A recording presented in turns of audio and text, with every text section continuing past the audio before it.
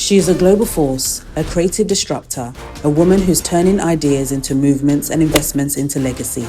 On today's episode of the Diaspora Conversation podcast, we go deep with Esther Sarpong to unpack the mindset from shaping brand experiences to building a real estate empire across Ghana and the US. Literally, I've had a tenant burn down a house. What?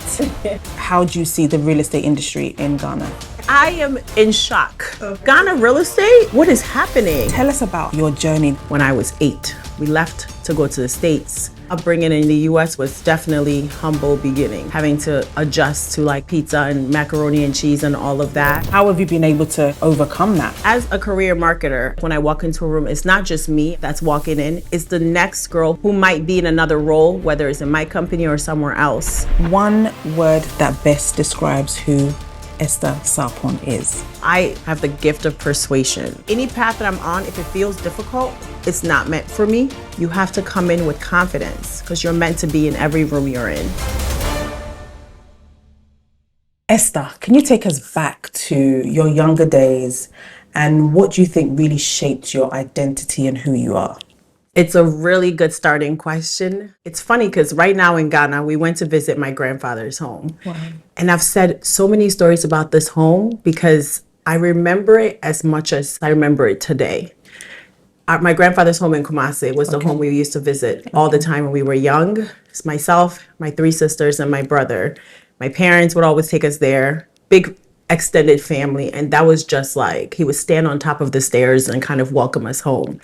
And that home is always like part of my Ghana story and part of who I am today. Because the reason why I remember it so much is when we left to go to the States when I was 8, about to turn 9. I remember us going to the embassy to go get our visas. My mom was like, be on your best behavior. My dad was already in the US. So family of now 6 asking to go after our father who's already there. And we were all granted the visa that day. Wow. And it was pretty incredible. They asked us to sing. We sang in harmony. And they said, okay, we'll give you guys your visa. You guys go have a good time. But it's just like, that was such a pivotal moment in my kind of change in life. Getting to America, having to adjust to like pizza and macaroni and cheese and all of that. Yeah. And just really leaving behind aunties, uncles, grandparents, just people who shaped my early beginnings of who I was as a child. How was a cultural shock of transitioning to America? My dad was a professor at the University of Cape Coast. He was a physics professor. So we had the chance to leave and go. And really, my dad went first, went to New York and said, this is the place, bring the kids. And so landing in America, we were met with a host family. And upbringing, it wasn't necessarily humble beginnings in Ghana. But upbringing in the U.S. with such a large family was definitely humble beginnings, if that makes sense. You know, such a huge family. We were, in America, they have these things called the angel tree, where you put kids who need little extra help to buy simple things like sneakers, clothes, things like that. You pick their name off the tree, and then you support them. And we were those kids. And my parents were determined to put us all in private school. That was part of what my dad always said. Was like, we have to put them in private school so they maximize on their education. So that also meant in high school, being a student, an athlete, and cleaning the school. My sisters and I, we'll clean different floors of the school sometimes, and we would know where each other was because we'll be singing together. So when we get to the hallways, we'll catch one's harmony like, oh, you're off, or oh, you're on. And we just did it together. And I think that's what really kind of made us not feel challenged, because we knew that in the end, like it was us, the 5 of us, you know, sisters and brother. And we weren't ashamed because we kind of knew that we came from something that wasn't where we were at the time. Yeah. So do you think that education has played a big role in your life, especially your dad being a professor? I'm sure at home there was like 100%. Learn. Get all the degrees. You know, my dad has his PhD. My mom has her MBA.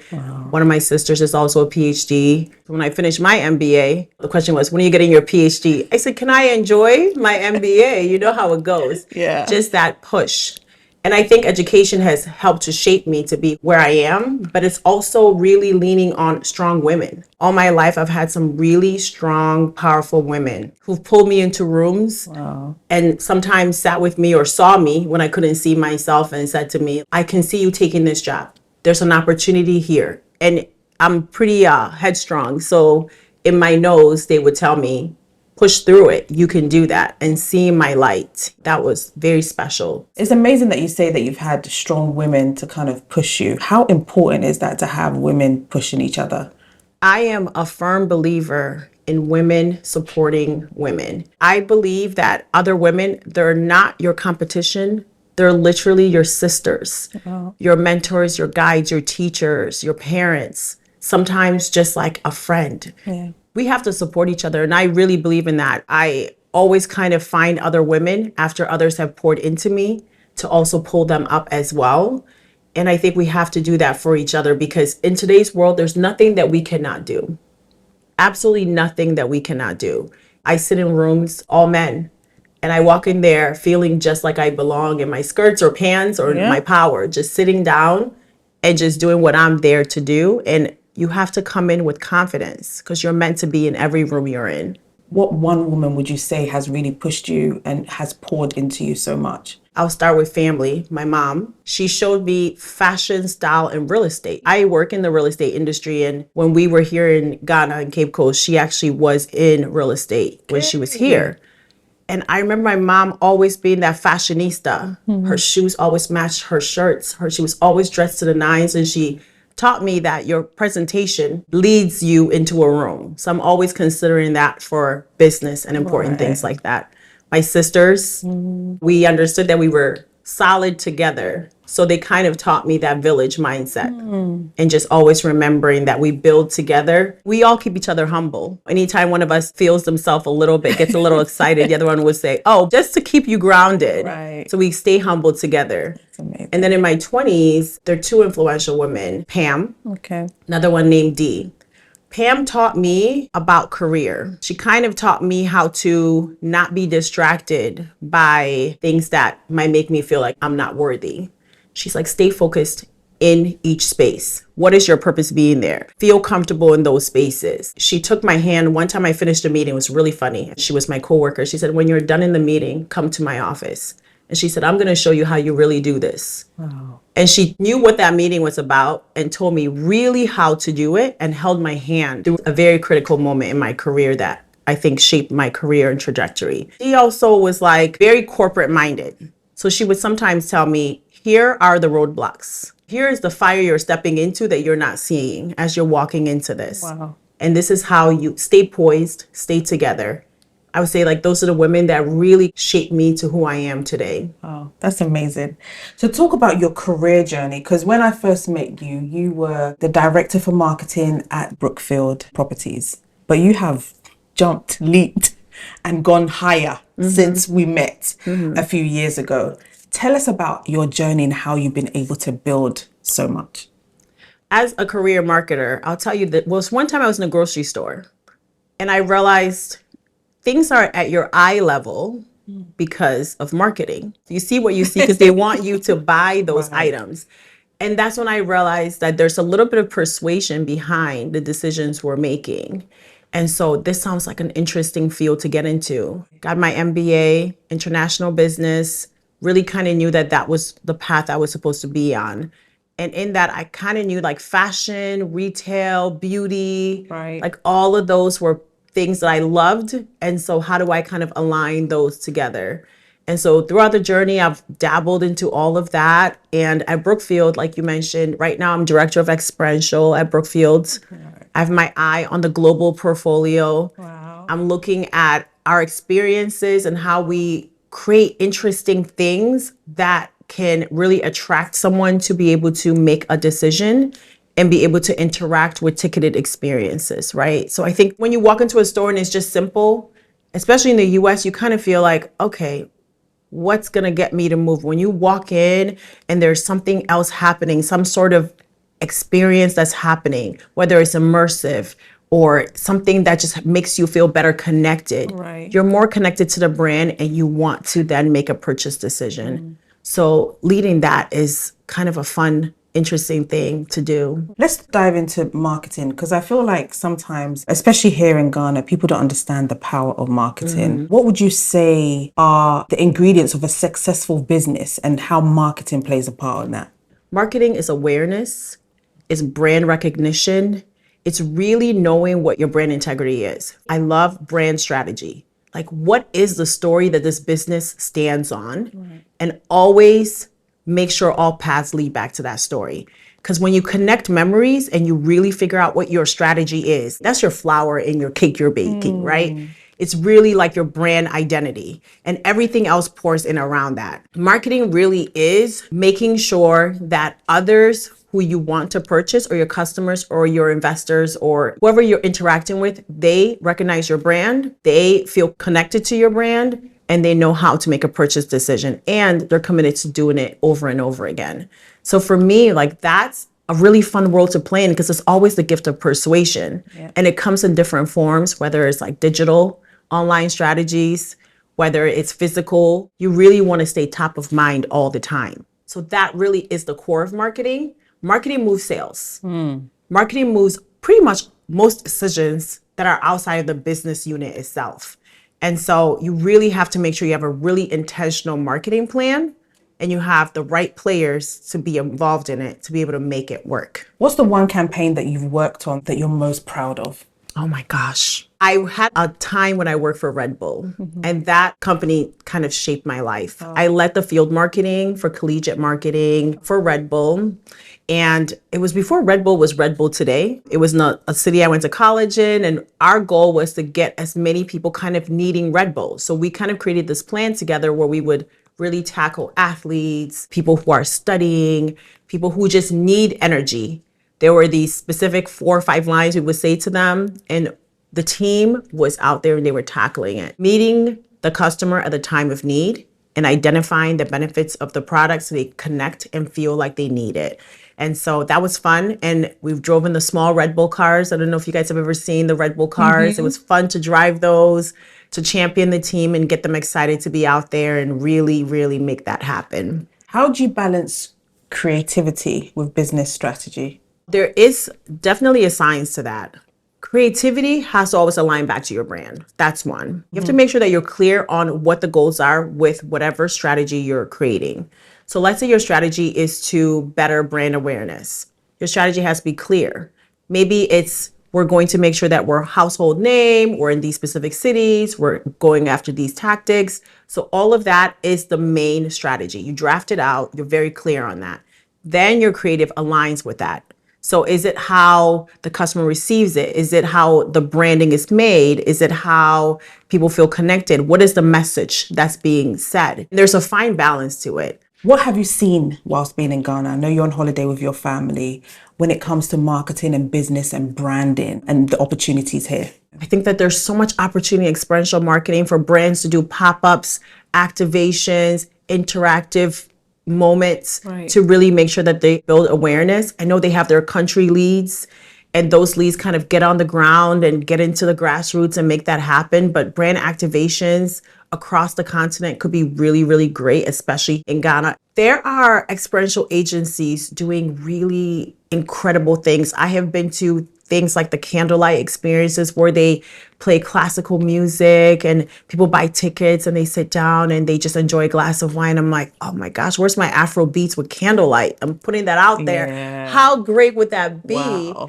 And just really good opportunity to really kind of make things a little bit more sexy. I think that if we really lean into the sexy, we could really, since Ghana is such a huge tourism market, we really could drive big tickets and lots of people coming to Africa to experience what this continent is about. What made you go into real estate, and how do you see the real estate industry in Ghana? My sister actually in college started picking up houses in college. And I was thinking to myself, is this even a good idea? And then I realized it actually is really smart, because sometimes I would go places and I'm swiping a card and she's got cash on hand. And I was thinking, maybe this is something I need to get into. Wow. I call myself a house hoarder because I don't buy a house that's not rentable. And I believe in first living in the house making sure that it feels good, and then moving out and letting someone else take it on. That's how it sometimes works in the US. Real estate is really smart because it's a bank account that always appreciates, in my opinion. However you put your money in different things, real estate always goes up. Even if it comes down a little bit, it always goes up. And it appreciates very, very quickly. So I always believe in buying houses and finding good tenants and also making sure that they take care of your house. Doing your inspections, keeping up on your property value, and you know what, saving a little bit. You have your regular savings, you have your real estate stash. Wow. And just when that grows, you just put that money back in and you buy another house. Wow. It's fun. But how do you find the right tenant? I'm sure you've had instances where people have messed up your house. Can you believe? Yes. Literally, I've had a tenant burn down a house. What? Oh my goodness. Had a tenant burn down a house. But you know, that tempts you to sell a house. Okay. But you know, what you can do is rebuild that house and make better decisions on a tenant. What I learned from that tenant was a quick decision. Okay. That tenant had a really heart-pulling story that I might have felt more connected to their story and less about their capabilities. Okay. And that tenant really kind of wasn't even the right one. I was counting down till they moved out and they burned down the house. I was like, how is this possible? There's a science to it. It really is taking your feelings out of it. Okay. Being very practical. Who are they? Where do they work? How much money do they make? Can they afford this house? Right. Do they have enough money to afford a few months of it? Making sure you secure a really nice security deposit and you do consistent inspections of the home. I like to do it every 6 months in my properties. Walk in and you just do a walk around. You check, make sure things are in order. It's lived in, so it's going to have lived in things happening. Yeah. You do your check and you just make sure the house is well kept. But that also trains them to know you're going to be coming back. So they better upkeep the house in a good way. And you really just make sure the house is well situated. And if they need help touching things up, don't be too proud to do it. Like, oh, they already paid me rent, they should do it. No, that's your house. Okay. It's their house, but it's your house. Right. Check the trees, mow the lawn here or there. Send a cleaning person here or there. Okay. Send them presents for their birthdays, send them presents for holidays. It goes a long way to show that you genuinely care about them, and they'll keep your house well. There's people that buy the property, do it up, and then sell it for more. What are you doing? I buy and I rent. Okay. And I make the rental rate higher than the mortgage or however I'm expecting to get. Right. And then I take that override, save it, hit a certain amount and buy another house. So I hold on to the houses because in my mind, there are many ways to retirement and that's one of them. So I'm working towards that. When I get to retirement, hope to have all my properties be able to support the lifestyle that I want to live and not just bank on one method of payment. Looking at properties prices in Las Vegas and looking at property prices in Ghana, what do you see? Can you believe they're the same? Yes. I am in shock. I thought to myself, coming home, okay, there'll be a little bit of a difference. I just purchased a property in Las Vegas. My husband and I purchased a property in Las Vegas. And then it's literally the same price. And how many bedrooms? 3 bedrooms. Okay. But this is the same price as an apartment in a high rise. I was like, you've got to be kidding me. Yep. So Ghana real estate, what is happening? Yeah, it's going up. People are loving it. Oh my gosh. Yep. So I'm like, how many can I collect? Now I'm getting nervous. I'm behind the 8 ball in this city, you know? I don't like feeling that way, but I need to get a little bit caught up. We have 1 property in Ghana so far, but hoping to collect a few more and have been having some good tours to do so. Yeah? Yeah. Is there any particular area that you've seen that you like? Yeah. Chateau is really nice. Okay. East Legon is always East Legon. Yeah. I like to go where the next location is. Okay. So I'm trying to figure out where are people going to go next.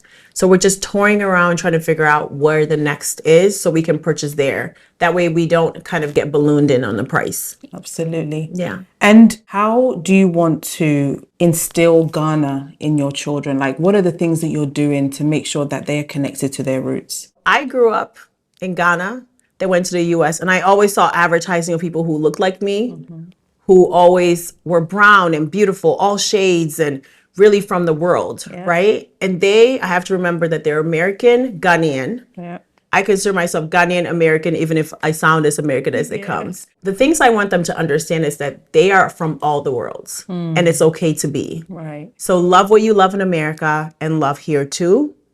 Trying to find all the little things they can do. So a little piece of home, whether it's a playground, a few hangouts with good friends that they know that they feel comfortable with, play dates with family. But then let's also push you a little bit. You know, took them to Safari Valley. It was incredible. Yes. They had the best time there, taking them to the beach. Those little touches they might not have in Las Vegas that's landlocked. Right. Trying to be intentional too about like what we purchase in Ghana that could last generations. Because speaking of my family's houses and things like that, we want them to feel like this is their home. Absolutely. They can come back to it and they can maybe do a few renovations and pass it on, which is always important. You are an incredible woman when it comes to marketing and the job that you do. You're a leader. How important is representation, especially in the field that you're in? Yeah. Being a boss, being confident in what you do. How important is that? It is so important to be able to understand the power in what I have to carry into every room. And I always feel like when I walk into a room, it's not just me that's walking in. It's the next girl who looks like me, who might be in another role, whether it's in my company or somewhere else, who's trying to get that opportunity. And so I'm very conscious of that weight, but I'm also really proud to carry that weight. And so when I walk into those spaces, I understand that I have to stand in my confidence, speak with clarity, be warm. There was a time where I was meeting someone and I was on the phone, I'm looking at them and I'm walking towards them and I see them looking past me because they've never met me, looking for another Esther. And she's like, I can't see you. I'm like, I'm walking right towards you. I'm like, goodness. And I went there and I said her name and I shook her hand. I said, it's me. I'm the one. I said, little chocolate me is who you're looking for. And we have laughed about it for years. It was just a really good icebreaker. Sometimes, especially in the US, in different careers, you are the only one. And as you climb up in a pyramid, you tend to kind of be the only one with a few different people calling you sometimes to say, how did you get there? How can you help me? I'm trying to do things. And so you understand the weight of mentoring down and the weight of what you're carrying in. And it's really just putting all the other things aside and just staying focused on the purpose. But how did you do it though, Esther? Because I'm sure there's been many a times where it's just you. How have you been able to kind of overcome that? When I walk into rooms when it's all men, I understand the conversations to leave outside. I'm not walking in as a tired mom. I'm not walking in to talk about my babies. I love them, but I'm not walking in to talk about my babies. I understand that I have to walk in with a little bit of like just type A personality. Let's just get it done. Let's talk about what we're here for. When I walk into a room of women, I understand it's a different conversation. Maybe we might chit chat a little bit about life. And so some of that happens. I mean, how can you not see I'm chocolate and I'm coming in the room, right? So that's obvious. Absolutely. So I don't always talk about that. It doesn't always have to be the conversation, but I also understand that it needs to be a part of how we tweak things. So sometimes if I can influence how things are being positioned, sometimes we need that brown voice in the room. Recently going to Essence Fest, representing the company at Essence Fest, being the first one to go. And I came back and I was like, let's educate. Let me write a really good comprehensive report about why this is special. Having us have presence at Essence Fest, what it means for us. And I'm not going to just talk about it. I'm going to draft up a whole shebang and a whole strategy about why it's important and pass it on. We, as people of culture, we can't see the diversity in the room if diversity isn't speaking up to be seen. So I walk in and yes, I'm there as Esther and I'm there because of my intelligence and I'm there because of the impact I can have in the room, but I'm also a chocolate, strong, intelligent woman and I can stand in that too when it's needed. That's why I love Esther. Recently, you were in the media. In front of a magazine, getting a lot of publicity. How does it make you feel when you see publications about you and the work that you do? It's humbling. You know, Business Insider, 40 Under 40, Women to Admire, a few different awards have come my way. I feel like I'm setting a good example for my littles. I have a little girl who's 6 years old and I didn't know how to say no till I birthed her and she kept on telling me no. And I said, why don't I say enough no's? So I think sometimes you learn from some of that. And I want her to one day just see that legacy and her children, my son too, whoever I am at the time to them, they should also step up and carry that legacy on. What legacy do you want to leave? I want to leave a legacy of a very determined, focused woman who understood discernment, who understood times to pause and smell the roses, who understood that it's really good to have a balance of really being focused career-wise, taking care of your mental health, taking care of your family, taking care of all these things that are weights on you, your career, your drive, giving a lot of yourself, but also filling your own cup too. I love that. How are you able to balance family, husband, career, and you? I sometimes see everything as a piece of a pie and I divvy things up. A couple years ago, my husband threw me a surprise birthday party and I thought, he put all my pies in the same room, I'm freaking out. It's really being intentional, being fully present in that moment with whomever that is that I'm there with. And then when it's time to move on, shift my mind. I have this trick I do where I prioritize conversations I'm having. If I'm talking to someone, I tell my brain, is this for today or is this for later? It helps me to stay a little bit healthier in the pie that I'm balancing. Yeah. What would you say to diaspora women who are ready to lead? My question is, are you really ready? Have you written out all the things that you are doing and are they realistic? Are they today's goals or future goals? Right. Are you dreaming or is it real? Write down your steps. Every birthday, I kind of write down my goals. And then the next year I look back at it and I check it. Okay. It's kind of OCD. Okay, that's but good. Yeah. I do that. And I check it and I say to myself, is this next year's goal? Is it off the list? So I think if you're ready to lead, really make sure that you are seen as a leader. And if you are ready for that, then start to make the right steps to be that person in presentation and also delivery. You're the first lady of the Ghanaian Association of Las Vegas. What does your role mean to you and what are you doing to impact the Las Vegas community? If you see all of the beautiful Ghanaians in Las Vegas, you would say, how is this girl the first lady of the Ghanaian Association of Las Vegas? What it means for me is I carry the women, I carry the moms, the sisters, the wives. I love to connect and have good conversations, whether it's the doctor's wives or the girl who's just working at the casino, or maybe just the girlfriend who's just coming out for the first time. I feel like my responsibility as First Lady first is to give everyone that warm welcome into the association. Something that happens when Ghanaians go abroad is that there's a little bit of distrust sometimes that happens where we get nervous because I think when you go abroad, there's a lot of pressure. We're all in that immigrant hustle. And then you see others kind of stepping on your toes, chasing your idea. You said it and then they started. It's hard to do that. So for me as First Lady is really giving that warm welcome, bringing everyone in and knowing that in that moment, we're just take everything off your back. We're having a good time here, you know, and we're giving back. We're volunteering, we're supporting community, and we're really showing the kids this is what community looks like. What's one overlooked opportunity you wish more diasporans knew about? I would say a lot of diasporans become yes people. When you get to America, so you're like, oh my gosh, I worked so hard to get to this point. And then they think, okay, I'm just going to get along and play along. I think when we get abroad, we tend to kind of either do corporate laying low or we want to do something that's directly connected to our culture back home. I think that what we have to do as diasporans is just think about how do we really do something different. Yeah. I'm not saying abandon culture. I'm just saying look at where you are and see the opportunity that's missing. And then be okay bringing in partners, business partners who can really get you there. Understand what you don't have, that's your strength. Right. And bringing someone else to help you get there and trust them. If you had an opportunity to go back in time, is there anything that you would change? My life has been paced the way it is intentionally. What I would change were things that maybe were hard roads to go into. Maybe it was trusting friends and not trusting my own thoughts and my own discernment. I think that any path that I'm on, if it feels difficult, it's not meant for me. I lived in Miami for a while and I was hitting my head against so much. Career was kind of funky. I am an immigrant. I can get through it. And I realized it's not for me in this season. Right. And I have to accept it and move on because there was someone who was like, come to Las Vegas. I rejected it so many times. She would call me and she would say, Esther, this is a good season. Think about it. Here's a job. Think about it. I'm like, I'm in Miami. I'm chasing sunshine. I'm enjoying my palm trees. I'm salsa-ish. I don't know. Just having a good time there. And she called me one time and she said, I have a terminal illness. And this might be one of the last times I'm going to tell you to come to Vegas.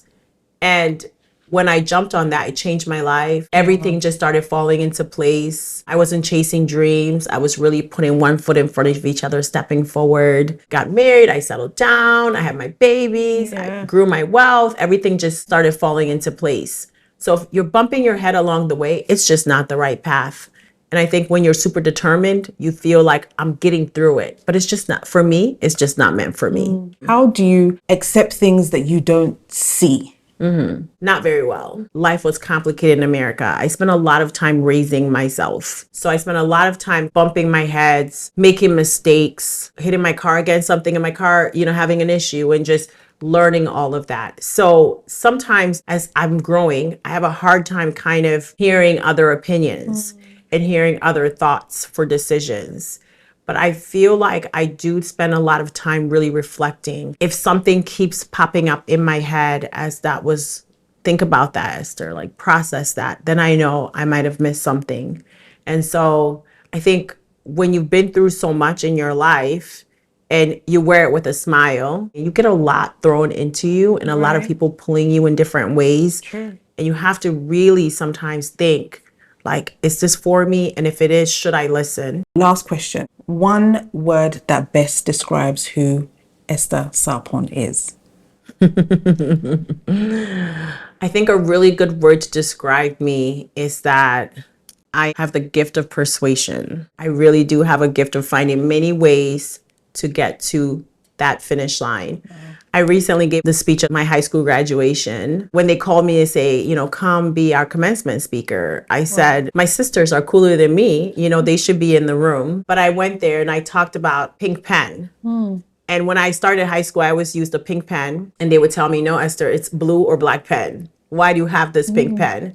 But I always believed like you should write your path, and just the pink pen was like my creative thing. Sometimes just having that gift of like persuasion. I'm okay saying no or saying we should go another way just because that's not necessarily, people don't always like to hear that. I think it's okay to sometimes stand in your own power and stand in your own strength, and being able to stand in a room and just kind of smile and get others to follow and persuade them to go your way is nice. Love it. I love it. And I love everything about Esther Sarpong. Thank you so much, Esther, for joining me on the Diaspora Conversation podcast.